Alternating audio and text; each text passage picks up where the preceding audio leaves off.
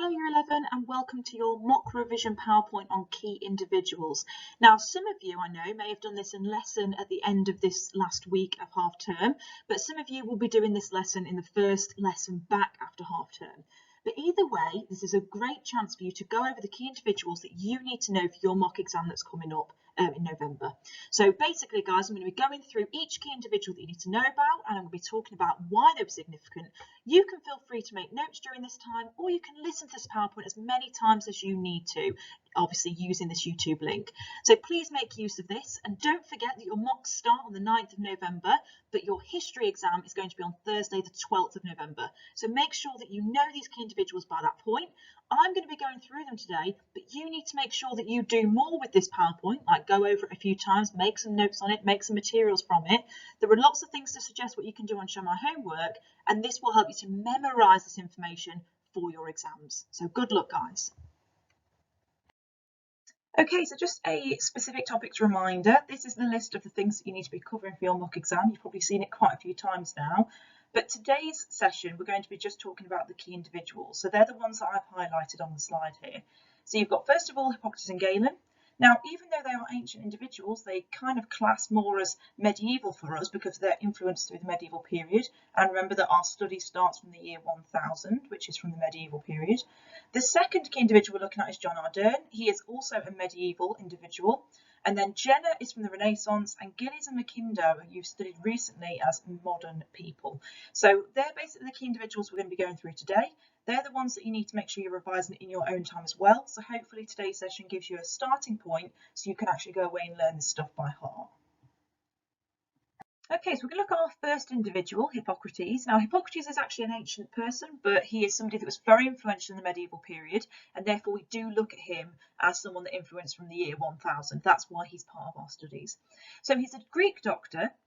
He is one of the first physicians, or the first physician in fact, to consider the body as a whole rather than individual parts, and he's really famous for creating the theory of the four humours. Now remember that the theory of four humours needed to have obviously four different humours within the human body. So those four humours were blood, yellow bile, black bile and phlegm. And those four humours had to remain balanced for a person to remain healthy. If these four humours fell out of balance and a person became healthy, Hippocrates believed that you needed to do something to balance these humours. So, for example, that could be things like purging, or which is forcing people to be sick, or bleeding a patient. So that means like forcing the bile out of the body, or forcing the blood out of the body in order to kind of rebalance that person's humours to make them well again. Now, this is something actually that I think is quite modern for the time. You've got to think that previously people have believed in things like spirits and God as things that punished people to cause them illness. But actually, this is a much more logical way of thinking. It's thinking actually the body has caused illness because something in the body has gone wrong. And so he's looking at the body as opposed to external things that are perhaps causing illness. And that can be really important for developing treatments or developing an understanding of the human body. He also believed in the importance of observation. So observation is actually really important today as well, and that's the idea of looking at a patient's symptoms to diagnose and treat them. Even if you go to the doctors today, you will be observed by the doctor. They will write down details about your symptoms, and they can make links between what you're suffering with now with any previous instance that you've had, because every time we go to the doctors, notes are made about observations from the doctor, and these records are kept throughout our lives. So even if you attend different doctors' surgeries around the country, your notes go with you. So that's really important to kind of get an understanding of the individual and to make sure that we're kind of making links between anything that they might have suffered with in the past to help diagnose an issue. And another reason that Hippocrates is important, this is something else that he did too, is that he inspired others through his texts. So these 60 texts that were attributed to Hippocrates, now this means that they were either written by him or by his followers and people that worked with him. But either way, that shows that Hippocrates himself had either written or inspired texts. And I think that's important to make sure that we still put that as something that's down to Hippocrates and linked with Hippocrates. He believed that diet and rest were hugely important for a patient's recovery, which is something we still value today. And he's regarded by many as the father of modern medicine. Now, you might be thinking, well, this doesn't sound very modern to me, but I do believe that there is a birth of modern medicine here, that in the sense of rather than looking at things like spirits and the idea of God punishing people, he's starting to look actually at the body, and he's starting to think about what the body is made up of, and also the idea of observation and writing texts and observing patients is very, very modern in comparison to what people were previously doing. So I do think Hippocrates probably does deserve the name father of modern medicine, because he kind of gives birth to this new idea of looking at the patient rather than looking at some external factors that could be causing illness. And even today, so again, this is kind of long-term significance, even today, new doctors around the world still take the Hippocratic Oath. Now, the Hippocratic Oath is about making sure that people that want to become doctors have to swear that they are going to put their patients first before themselves or their incomes or anything like that. They have to put their patient first. And it does kind of add that ethical value to being a doctor, in the sense that you have to take good care of your patient over anything else at all. Okay, so why was Hippocrates significant then? Now, you guys, as you're listening, need to be thinking about whether these points are about short-term significance or long-term significance. You could even break them down into notes yourself to make sure that you're revising them from that kind of way. It's just that I'm not going to go through it in that way today, but you guys do need to be thinking about short-term and long-term impact of Hippocrates' work. So I'll go through each point, and you guys can be thinking about that as I'm going through. So the first bullet point says that basically he was significant in the medieval period because his work was approved by the church. That's the Catholic Church, by the way, who basically approved of his work and challenged anybody who tried to challenge them.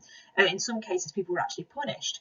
And therefore, because of this, his ideas were preserved over a long period of time.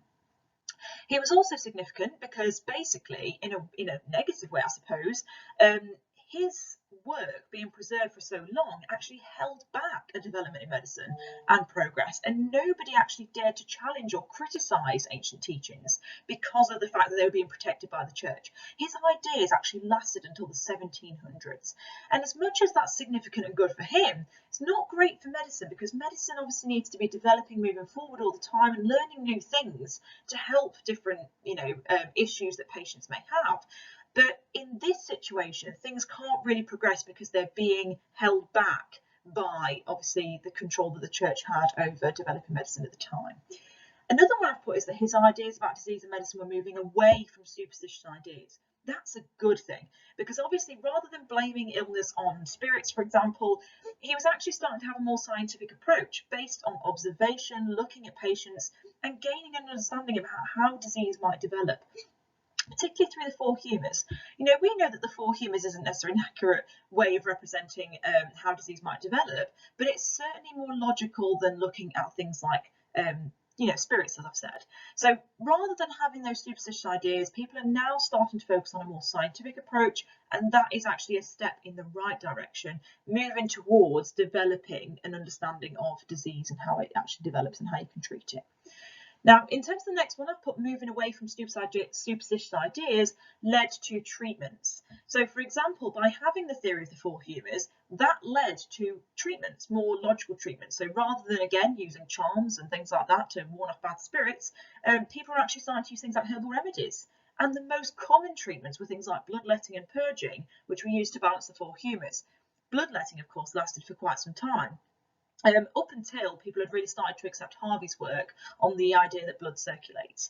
So it lasted for a significant amount of time, and therefore it was significant at the time and for many years after. But also the fact that it led to treatments would mean that even once bloodletting ended, people would have to find new treatments. It basically meant that for the first time, people were actually trying to treat the body for whatever caused the body to have an illness. And in this situation, obviously, we're looking at bloodletting because people believed that there was too much blood in the body and that had to be released. Now, Hippocrates was also significant because observation and evidence was an important part of a doctor's work then, and it still is today, as I talked about in the last slide. And the Hippocratic Oath is still taken today, so that's why I think it's got really long-term significance. And also, I think it's important because it set ethical standards for doctors, including things like confidentiality. So making sure that doctors don't just care for their patients, but also they keep the information that they gather about their patients safe and confidential, and it's not something they should share with other people. So when people go to the doctor, they can trust that they can speak openly to their doctor about their concerns and have the faith that they will not be then, repeating that information to anybody else. And that's something that gives people confidence to go and speak to their doctors, perhaps rather than talking to anybody else. Okay, so we're now going to go on to look at our next individual, Galen. Now, Galen was a Roman doctor, so he was really influential during the time where the Roman Empire was quite influential across Europe. Now, this is really important because it means that when he develops ideas, they're going to spread quite rapidly. Galen is known to have written about 250 books, and they circulated quite quickly across the Roman Empire. So that's why he was really influential, I suppose, across Europe even after his death. Now, Galen had studied medicine in Egypt before moving to Rome. This had given him a lot of experience in terms of looking at the human body, particularly the fact that the ancient Egyptians basically removed certain organs before burial, and that led him to understand certain organs, but also they actually allowed him to look at some of their skeletons, so he was able to look at the bones of the human body too. Now, basically, Galen is quite famous not only for his surgical advancements, but also for taking Hippocrates' ideas about the cause of disease further. So remember that on the last slides, I just talked about how Hippocrates created the idea of the four humours, and the idea that phlegm, blood, yellow bile, and black bile is needed to be balanced in order for us to be healthy. Well, Galen basically believed in this too, and he added to it with the theory of opposites. Now, the theory of opposites means that you basically need to use different treatments to basically treat different issues. So, for example, if you were to have an illness that makes you quite warm, then you would need to do something that made you cold. If you had something that made you cold, then you would need to do something that made you warm to balance it out. So, for example, if you had an illness that made you feel quite cold and shivery, then you would need a warm bath to basically counteract that. So the theory of opposites is basically using treatments to treat different illnesses based on that kind of opposite theory. Now, he also, as I just mentioned a minute ago, was quite important for understanding more about the human body and for surgery. Now, basically, Galen had developed his ideas through the practice of dissecting animals. This was allowed because it was not a human body. Now, remember that we've talked quite a lot about this, that particularly during these years, because of religious reasons, people were not allowed to dissect the human body. Now, during the years of ancient Rome, it wasn't necessarily forbidden, but it just wasn't something that people did because of the idea that the body was seen as quite sacred for the religious afterlife. Now, obviously, once we get into the medieval period, it is forbidden by the Catholic Church to dissect a human body. So the idea that Galen doesn't dissect humans is quite fitting for the Catholic Church during the medieval period. So instead, Galen doesn't decide to dissect humans, instead he dissects animals. This does help him in lots of ways to get a better understanding of the human body. So he does discover some really, really important things. For example, he discovers that the brain actually controls what we do. Previous to Galen's work, many people believed it was the heart that controlled what we do. But through the dissection of animals, particularly pigs, he was able to prove that that was not the case, that actually it's the brain that controls what we do. And he did these dissections publicly as well, so people could learn from what he did. He also worked in a gladiator school for 3 years as a doctor, and this really helped him to understand more about the human body, and it allowed him to develop techniques of surgery. Now, I think this is particularly important, again, because he wasn't allowed to dissect human beings, but in a gladiator school, remember in gladiator schools there would be men fighting to the death with quite awful weapons, so they would be slicing parts of the body open and things like that, and dreadful wounds would be created, and therefore Galen could look inside the human body without actually dissecting anybody, and therefore it kind of fits with the ideas at the time, but he was able to develop a better understanding through that role. He also emphasised the importance of listening to a patient's pulse, which again can be considered quite important today. And his ideas were influencing Western medicine for a very long time. And this again is largely because his theories were supported by the church, and therefore they were kind of preserved, and they weren't allowed to be challenged for quite some time. We're going to go on to the next slide and have a look at why he's particularly significant. Okay, so one of the reasons that Galen is really significant is because he encouraged a natural approach to medicine. So again, rather than using that supernatural approach that had been quite common previously, he was now encouraging people to use a natural approach. So for example, the theory of opposites is quite a natural approach to medicine. And also, I suppose, kind of getting a better understanding of what causes disease would help to lead to more natural treatments as opposed to supernatural treatments. And that's kind of developing on the work that Hippocrates had done previously. He also continued to encourage a scientific approach to medicine. So again, like Hippocrates had, he was really focusing on the observation of looking at the patient, what kind of symptoms they had, and that would allow him to develop more of an understanding of their illness. And this is something that he'd picked up from Hippocrates previously as well. He also is significant because he did really important work on the human anatomy. I've just talked about the fact that he worked in a gladiator school and he dissected lots of animals publicly. This then meant that he obviously did learn a lot about, for example, the nervous system and how it sent messages from the muscles to the brain. So we've just talked about that as well. The problem, though, is that in some ways, because some of his findings were wrong and his work lasted for over 1,000 years, in some ways it was significant because it hindered the progress of medicine. The Catholic Church really liked Galen's ideas, and therefore they didn't allow anyone to challenge them. So, for example, Roger Bacon was arrested in 1277 because he tried to challenge Galen's work. But actually, Galen's work in some cases was wrong. So we know that obviously he was right about the brain controlling what we do, but he said a couple of things that were incorrect. Like, for example, he said that the left kidney was lower than the right. Now, that's correct for an ape, but not for a human. He also believed that blood was formed in the liver, and he also believed that the lower jaw was 2 pieces of bone when actually it's only 1. So what that kind of tells us is that although he did discover some things that were correct about the human body through dissecting animals, there are some things between humans and animals that are different, and therefore what he believed to be right, which were right for apes or pigs, for example, but they were not right for humans, and therefore he was teaching a lot of things about human anatomy that weren't correct. And actually that hindered progress because his ideas were not allowed to be challenged because of the fact that dissection of human beings was forbidden, but also the Christian Church, the Catholic Church in particular, did not allow people to challenge his ideas. So that meant that obviously in terms of his significance, his significance lasted for quite some time, over 1,000 years, people were believing in Galen's ideas. Okay, so our next key individual is basically a medieval person.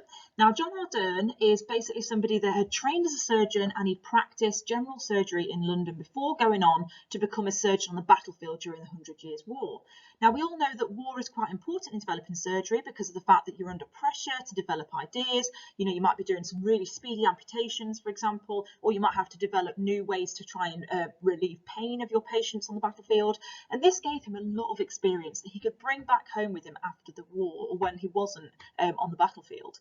He became really famous even in his own lifetime for his astonishing success rate.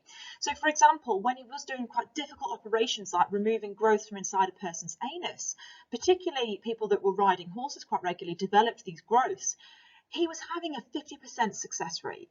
Now, that doesn't sound very good to us. I know that we wouldn't be very comfortable going into something if it was a 50% success rate and, you know, we were looking at some life-saving surgery.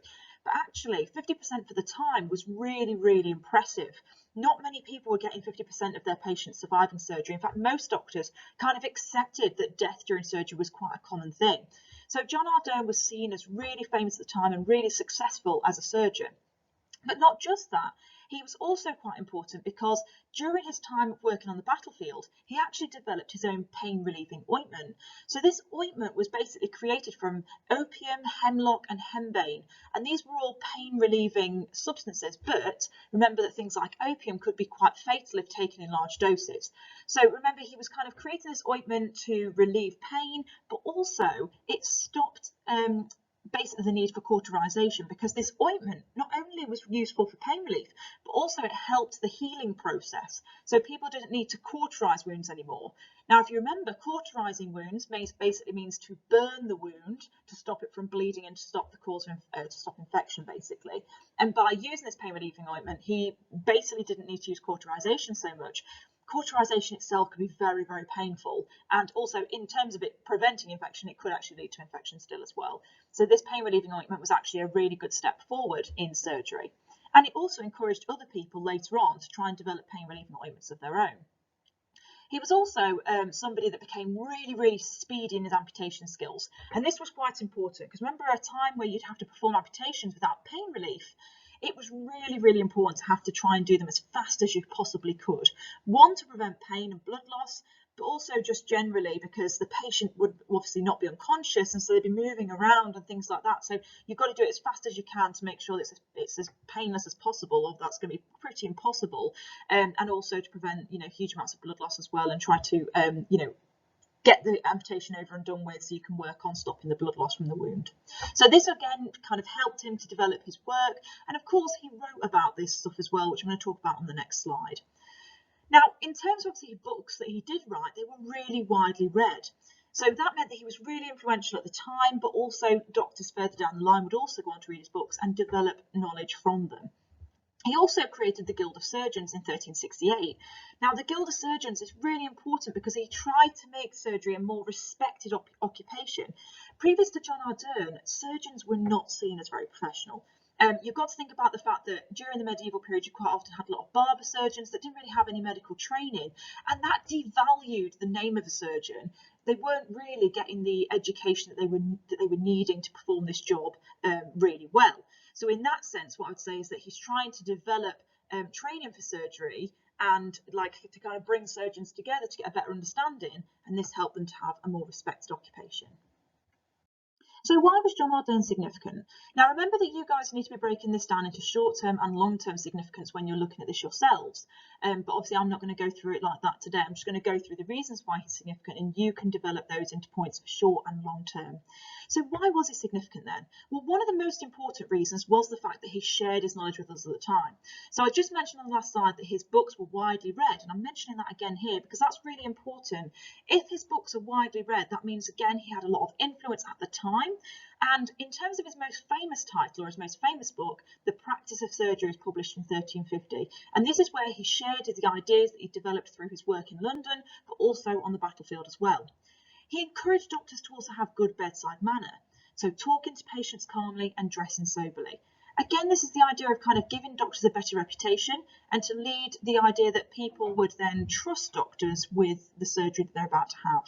A lot of people were quite worried about going to see a doctor, so by having good bedside manner, he probably hoped that patients would feel more comfortable around their doctors and again give doctors that better reputation within the communities. He also encouraged doctors just to trust their own instincts. Now, on the previous slides, I've talked a lot about the work of Hippocrates and Galen and the fact that actually in some ways their work limited the progress of medicine and that everybody was sort of relying on these two men for medical knowledge. But what Ardern was saying is he was actually saying don't just rely on the works of Hippocrates and Galen for medical knowledge, rely on your own instinct, rely on your own experience and your own judgment, and that will allow you to actually do things right by your patient, because quite often your patient might need something and you're relying on the works of Hippocrates and Galen and they might not be giving you necessarily the answers, and you need to work on the observation of your patient and use your own judgment in the moment and reflect on your own experiences that you've had with other patients around the same time that might enable you to help your patient better. Now, in terms of the next one, I've also talked about anaesthetics here because we just talked on the last slide about pain-relieving ointments being produced on the battlefield, so using particular things like opium and hemlock. Now, this obviously, because this was kind of the start of looking for better anaesthetics, he encouraged other people later down the line to look for better anaesthetics, which we know, don't we, that once we get to like the 1800s, this is a really, really important part of surgery, that people needed to make surgery less painful to enable for more complex and more in-depth surgery of the inside of the human body. So the fact that he starts this all off, he starts looking for better anaesthetics, that then encourages people later down the line to start trying things out like, nitrous oxide or chloroform. That's when people start to investigate better anaesthetics, and it all kind of begins here with Ardern.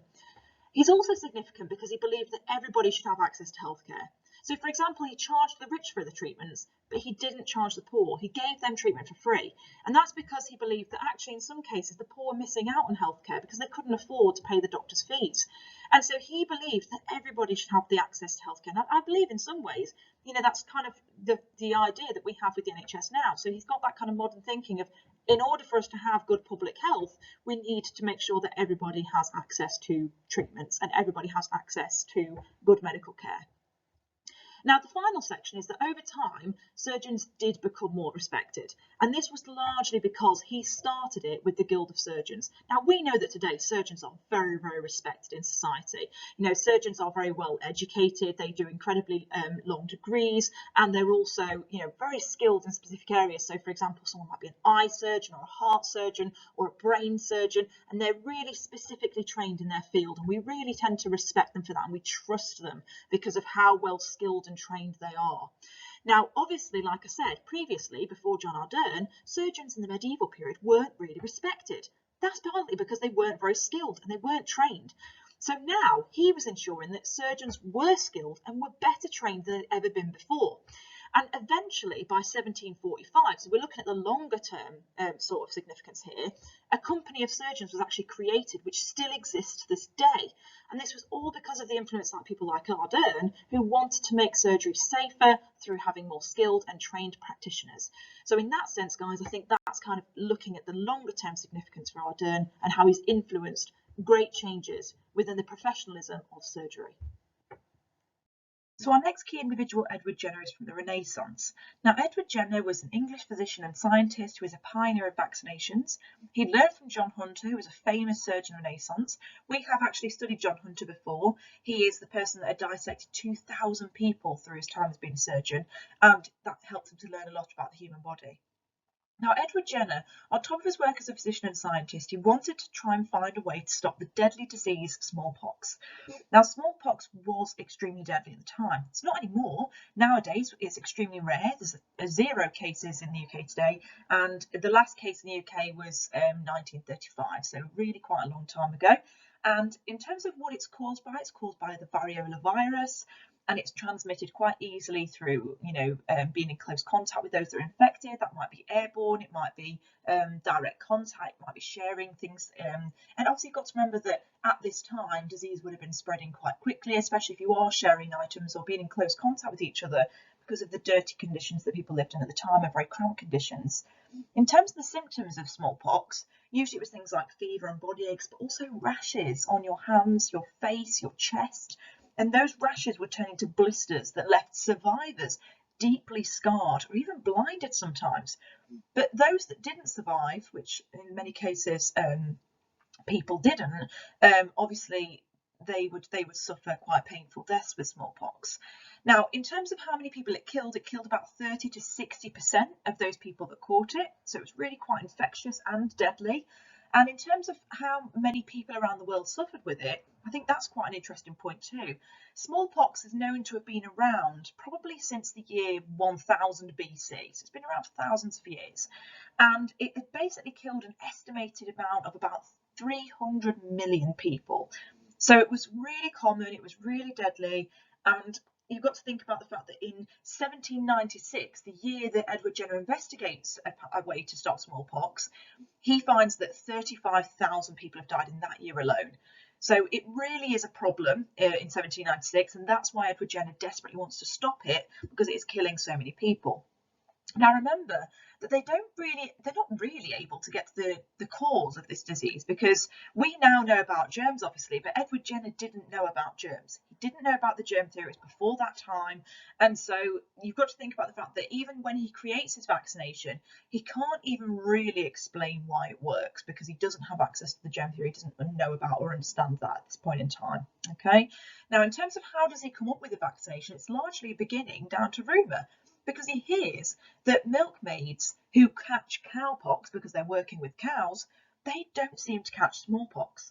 Now, cowpox was much more mild. It was non-fatal. It didn't kill humans, whereas smallpox was deadly for humans. So what we've got to look at here is the fact that he started to think, hold on, if milkmaids are catching cowpox, maybe that's the reason they're not catching smallpox, because it's acting as a way of, their body is able to fight it off in some way. But remember, he doesn't really understand microbes and things like that, and antibodies and things like that. So at this point, he can't really explain why it's happening, but he just notices there's a link there. So in 1796, he decides to take pus from a cowpox scab of an infected person, and he injects that pus into a healthy 8-year-old boy called James Phipps. Now, James Phipps obviously goes away, catches smallpox. Not smallpox, cowpox, So he catches cowpox, and then 6 weeks later, he injects the same boy with smallpox. Again, the pus from a scab would be injected into James Phipps, and he didn't catch smallpox. Edward Jenner notices that actually Phipps has no reaction to the smallpox at all. And that really proved that having cowpox had prevented him from catching smallpox. He wrote about this, and he particularly directed information to the Royal Society. And basically, once he'd sent them information the following year in 1796, he was then told that he needed more proof.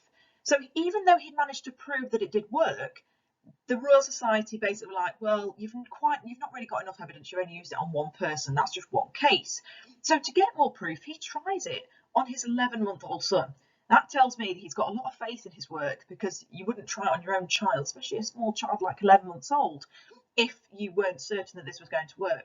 And it worked. He then published his work again the following year and tells people about what he's found.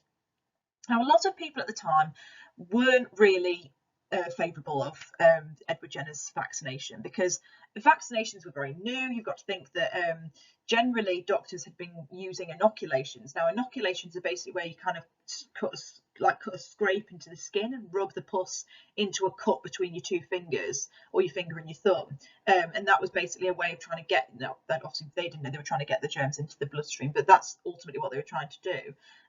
Vaccinations like the injections weren't necessarily being used still. So doctors carried on using inoculations because they were worried that they would lose money from these vaccinations instead.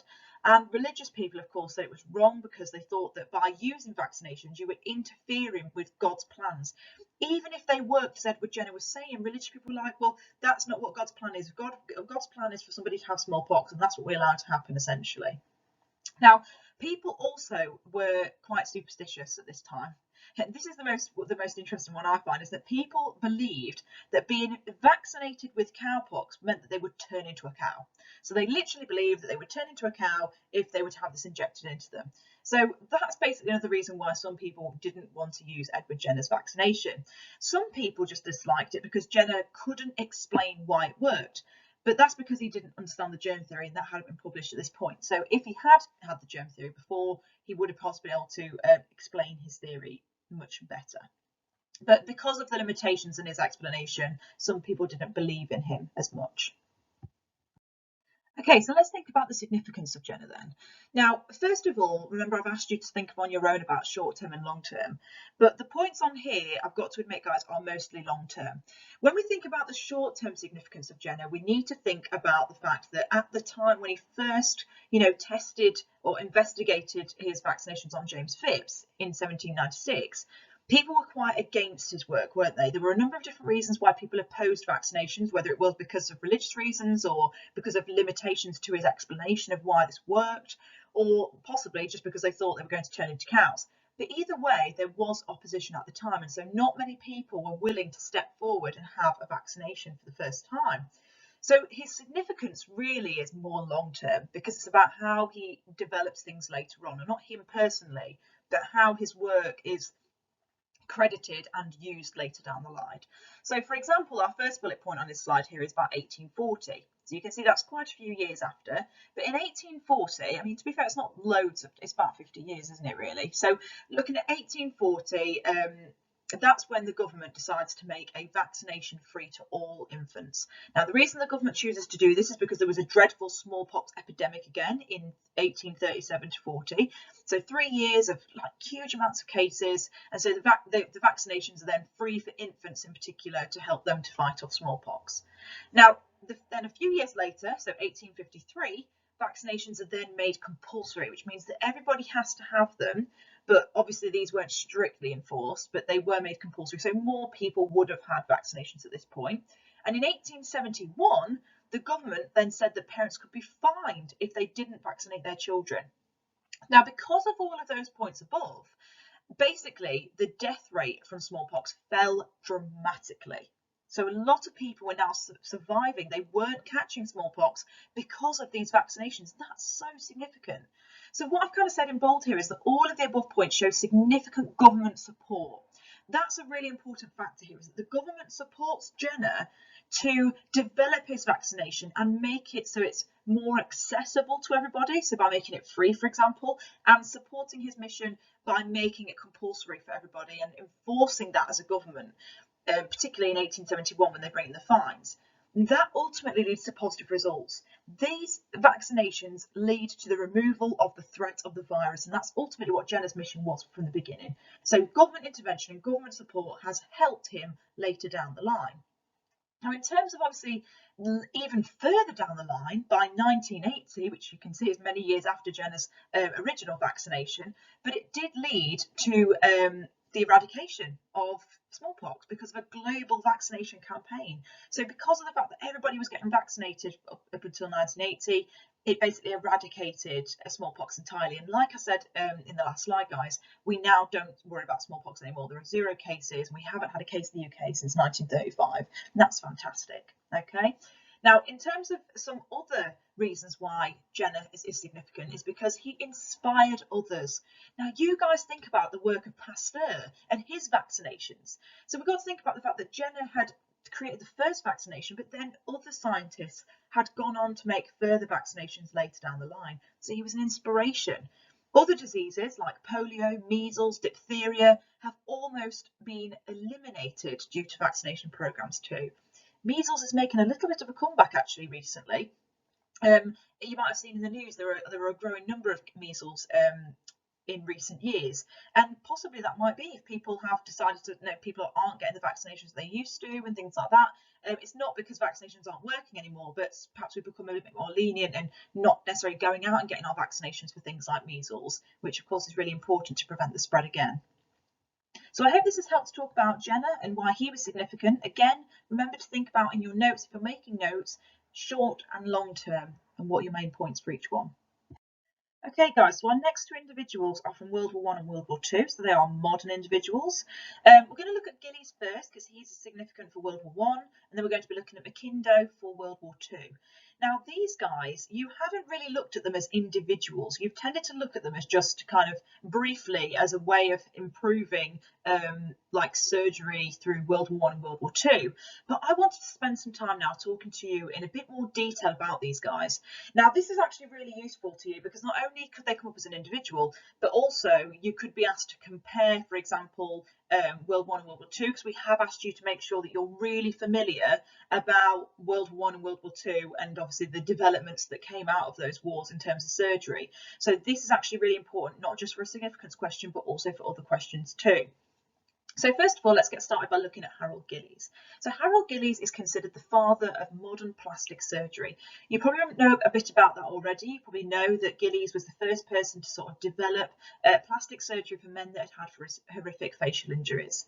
Now, one of the reasons that Gillies was needed to do something like this was because of the weapons in World War I. Now, weapons in World War I had really developed into things like machine guns, obviously the use of gas. And these things were being used for the first time, and it completely changed warfare in the modern period. So basically, the circumstances of those changes in weapons led to a dramatic rise in the number of facial injuries sustained by soldiers. So, for example, shells that were filled with shrapnel were largely to blame for these injuries because the shrapnel would fly at immense speed and the hot flying metal would tear through flesh. I mean, a machine gun bullet could take off parts of a person's face if it was to hit them in that direction. So we've got to think about the fact that these new weapons were causing significant facial injuries. And the thing is that men were then surviving with these facial injuries, and they'd have to go on to live their normal lives with these injuries. And these injuries were twisted, and they would sometimes rip off half of your face. You know, an entire jaw could be taken off, or part of a man's face, particularly like one side, for example. In some cases, faces were completely disfigured. So Harold Gillies saw this as a time where he thought, right, I need to do something about this. How can he enable men to go on to live a normal life? Because some of these injuries, particularly the jaw injuries, could leave men in a position where they couldn't eat or drink. Well, of course, then they would die. They wouldn't be able to sustain a normal life. So it was really important to Gillies that he wants to make sure that he could reconstruct their faces so that they could go on to live a normal life and eat and drink and do those things. Now, Gillies himself had witnessed a huge rise in these horrific facial injuries. So when he returned to England, because obviously he was on the battlefield, when he returned to England, Gillies then set up a special ward for facial wounds at the Cambridge Military Hospital in Aldershot. And this is where his work really started to come to light. So it's when he returns to England, he sets up this special ward for facial wounds in particular, where he can actually work on these things and learn more about how he can use facial reconstruction to save men's lives in a way, because for many of them, this was going to ruin their lives. And so he wants to make sure that he can improve it. He even sent out his own casualty labels to the field hospitals in France to make sure that men with these types of injuries were sent directly to him at the Cambridge Military Hospital. So basically, he sends out messages to France to say, I've heard this man has this particular injury. He needs to come directly to me at Cambridge or Cambridge Military Hospital, and I will be able to support him with this. So by 1916, so about halfway through World War I, Gillies had persuaded his medical chiefs that a dedicated hospital for facial injuries was actually needed, and it was required to meet the demand because obviously so many men were suffering with these facial injuries. Because of this, the Queen's Hospital at Frognall House was then set up in 1917 before the end of the war. And throughout his time, over 5,000 servicemen were actually treated by Gillies and his colleagues for facial injuries. And that's a great amount of people that he was able to improve their lives, their standard of living, because for many of them, especially at this time, they felt that they couldn't face their family and friends and their communities with such dreadful injuries. So, you know, he was kind of not only making it better for them to have a normal life, but also just to feel more confident again and just to be able to go back into their communities without feeling really paranoid about the way people were looking at them and things like that. So a couple of reasons as to why Gillies was significant then. And again, I want you guys to think about short term and long term. So my first bullet point is that he's significant because he's regarded as a pioneer of plastic surgery, as he laid the foundations of modern plastic surgery. So he was the first person to develop plastic surgery, and that's why I think he is the person that laid the foundations at the beginning. And then now our modern plastic surgery is, of course, very advanced in comparison to what Gillies was doing, but it was his work that sort of started the process there. And he was actually knighted for his work after the war. That's how significant he was. You know, what he'd done was recognised by the country. And some of his techniques are actually still used in modern reconstructive surgeries. So again, that's really important for like long-term significance. And the concept of cosmetic surgery that we all know of today, you know, cosmetic surgery is about like kind of changing your appearance for, you know, some people have cosmetic surgery to build their confidence. They might be feeling quite worried or upset about part of their body or their, you know, their face, and they want to change it. So the concept of cosmetic surgery was emerged as a result of Gillies' work. So obviously his work was not necessarily cosmetic, it was plastic surgery. It was actually important just to live a normal life, whereas cosmetic surgery is kind of a branch from that. And I believe that this really came from his desire to restore normal appearance. That was quite revolutionary at the time, because previously to Gillies, when people did surgery, they didn't really think about how it would look. You know, it was like, oh, does it work? Does it keep them alive? Right, bam, done. But Gillies was more about actually, yes, the person is safe, but actually, can we make it so that they need to have a normal appearance so they can go back into the world and feel like themselves and feel normal. Whereas previously, you know, they might have like just, you know, I suppose put back parts of the skin together, and then it would have had like a jagged, horrible finish to it. And of course, then people are going to go walking around, and people are going to go, oh, I wonder what's happened to them. So the idea is that Gillies wants to take away that kind of awkward experience for people that have been victims of this, and he wants to make sure they could go on and just walk around in society and actually feel like they had a normal appearance as they did before the injury. In terms of the next one, I've said improvements in plastic surgery and facial reconstruction brought relief for thousands of men. This is what I was saying a minute ago, guys. The fact that many of them were actually really, really worried about going home to their loved ones. What would their loved ones think? You know, if they were worried about if they had partners or if they were going to go home to their parents, what were they going to think of these new injuries and the way that they now looked? This was something that really worried people. So in order for them to again feel more confident about going home, Gillies thought that his work was quite significant in basically making sure that, you know, men's faces again looked of normal appearance. And he was also able to influence others to do the same work, which we're about to go on to next. We're going to talk about Mackindo and how he was influenced by his cousin Gillies to do the same kind of work in World War II. Okay, so let's have a look at Mackindo then as well. Now, both of these individuals are so interesting in terms of what they did, and we don't get to look at them enough in lessons, so I think it's really good that we can look at them in a bit more detail through this PowerPoint here today. So Mackindo is basically somebody that was very famous during World War II. He achieved international fame because of his pioneering work with plastic surgery, particularly on Battle of Britain fighter pilots. Now, Battle of Britain fighter pilots had actually suffered in lots of cases very horrific burns. And the reason for this is because both Hurricanes and Spitfires, the fighter planes during the Battle of Britain, carried huge quantities of highly flammable liquid, which could be used as fuel for the planes. But obviously, if one of the planes caught fire, which they often did, because during the Battle of Britain they might have been hit by some enemy fire, for example, the flames would then spread rapidly through the plane and they would cause appalling injuries to the pilot. And so those pilots that did survive obviously were left with quite awful burns. So it's quite different to Gillies' work, because Gillies' work's more about reconstruction sometimes in terms of like faces being blown off or partially blown off and things like that. Mackindo is looking particularly at burns during war. And the pilots who had suffered these quite horrific burns were actually now known as the guinea pigs.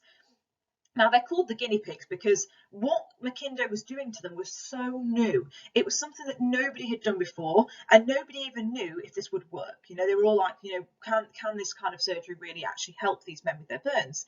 And the pilots then became known to be part of the guinea pig club. So the pilots were known as the guinea pigs, and they became known as the guinea pig club. And it's quite a famous club. You know, if you go on to research the guinea pig club, you can find out a bit more about it. It is really, really famous. And Mackindo did not only help these men physically, but he also really valued psychological rehabilitation, and he tried his best to support them with this through his hospitals as well. And I do think there's a level of that with Gillies too. I do think Gillies really recognises the psychological side of facial injury, for example, and why that might affect a person's mental health. And I do believe that that's really partly what inspired Gillies to, you know, make sure that people had normal appearance, because I do think he was kind of thinking about their mental health and about the way they might feel going back out into society with these types of injuries. So Mackindo has that similar idea that he thinks actually it's not just about physical recovery, it's about psychological recovery as well. So let's have a look at why he's significant then. Okay, so remember that you guys need to be thinking about short-term and long-term. So for Mackindo's significance, we need to start thinking about the fact that the Guinea Pig Club itself was really, really important. Like I said, it's quite famous, and the Guinea Pig Club actually supported about 600, well, I say about, it was 649 men.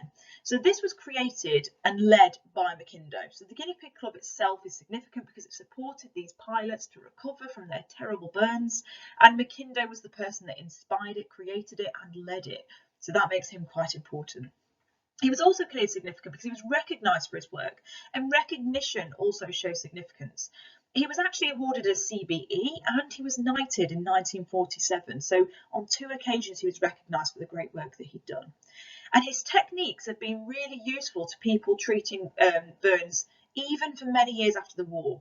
So you've got to think about, like, for example, servicemen that are in, you know, the armed forces today that have served in more modern conflict and suffered with burns. They have also benefited from these techniques that came from Mackindo. So he has been able to not only treat patients at the time, but he's also been able to have some long-lasting significance in inspiring other doctors and surgeons later down the line to treat people with burns. He also went on to encourage people to continue working on plastic surgery through the Council of Royal College of Surgeons. Now, the Council of Royal College of Surgeons basically, again, would develop plastic surgery techniques, and they would advise doctors and surgeons on these techniques, and he went to encourage others to develop that work. So again, he's significant for communication, for encouraging, and just developing the minds of other people that would go on to succeed him, I suppose, afterwards. He also founded the British Association of Plastic Surgeons. So again, this kind of shows significance that he hasn't just stopped after the war, that he's continued to develop plastic surgery and to feel passionate about plastic surgery even after the war. And again, that would go on to help people in any kind of work, I suppose, whether it is to do with military injuries or not. Either way, the British Association of Plastic Surgery would be able to help those people. So I think he is really significant in that sense as well. Okay then guys, that brings us to the end of our PowerPoint. So it's your turn now. You've got to go away and make sure that you make some revision materials using this information. You need to revise until you now feel confident discussing this knowledge without the information in front of you. That is the key. You're going to have to discuss this stuff in an exam without this information on sheets in front of you. So you need to maybe make some spider diagrams, you can make some notes. I sometimes like to write things down over and over again until I know them. You might want to write notes down and then cover them up and try to revise them and recall them off the top of your head without looking at the notes, and see how much you can get right. You might want to cover it up and rewrite it out next to it and see how much you can get right. The idea is that you need to test your memory, recall the knowledge in some way so that it becomes more memorable to you and you can talk about it without the sheet in front of you. That includes things like specific information and dates and facts and figures. You might want to make flashcards. You know, you could make a flashcard for each key individual. So, for example, putting John Ardern on the front of a flashcard, what he did on the back in very short, snappy bullet points. You could make a flashcard about his short-term significance, his long-term significance, and again, you could sit and revise those flashcards up until the exam. It's up to you. It's what works best for you, but you must go away and do something with this information now so that you're ready for the exam. Get in touch with the teacher if you have any questions. You know, email them and we'll get back to you as soon as possible. But we wish you all the best, guys. Good luck. And don't forget, we will be doing some further revision in the first week back after half term. But the more you prepare now, the better off you will be in that last week of revision. You'll know the stuff and you'll feel more confident in lessons. So make sure that you do this stuff before you come back after half term. Good luck, guys.